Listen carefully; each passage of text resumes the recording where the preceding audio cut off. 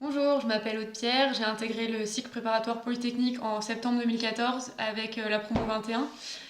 Donc j'ai connu le CPP grâce à une amie de mes parents. À la fin de mon bac, je savais que je voulais rester dans les sciences, mais je savais pas vraiment quel cursus choisir. Donc il y a trois choses qui m'ont vraiment plu avec le concept du CPP.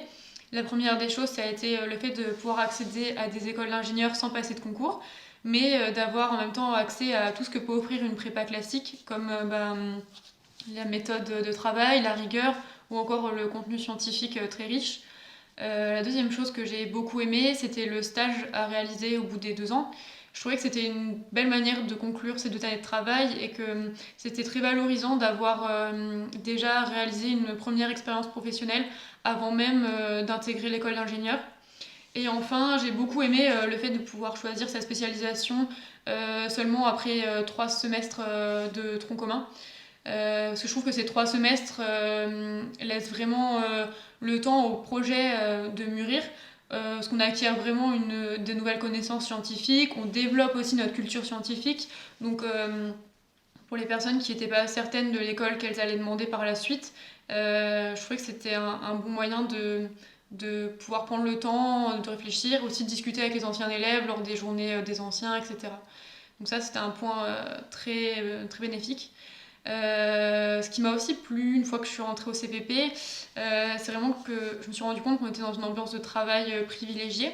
Parce qu'il n'y a que 2 promos au sein de l'établissement, donc les 1A et les 2A, donc ce qui fait qu'on n'est pas non plus hyper nombreux et il y avait vraiment une ambiance conviviale entre élèves. Il n'y avait pas de compétition ni de rivalité.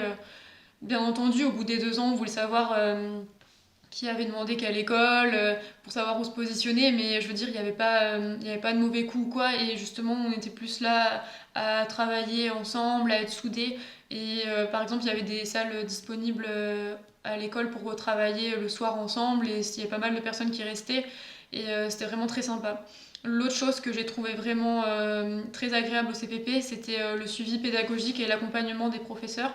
On avait des professeurs qui étaient vraiment disponibles pour répondre à nos questions et on n'était pas livrés à nous-mêmes et ça c'est vraiment hyper important pour la réussite.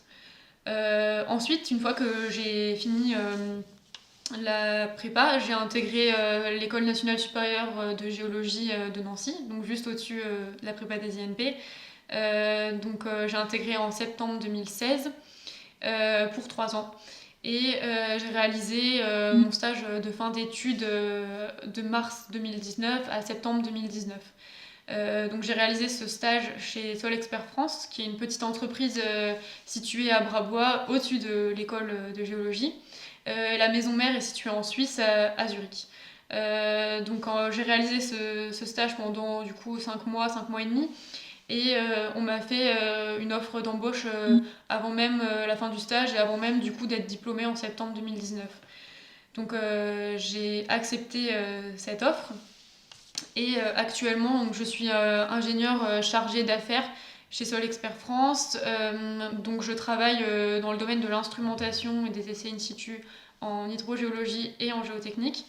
Actuellement, mon projet est plutôt orienté vers la géotechnique. Je suis en charge de l'instrumentation de galeries dans un projet de creusement de galeries souterraines, donc que ce soit en soutènement ou en forage. Donc concrètement, j'organise la production des capteurs. Donc c'est la production qu'on réalise essentiellement dans nos ateliers. Je suis donc du coup en relation avec les clients pour savoir exactement ce qu'ils demandent.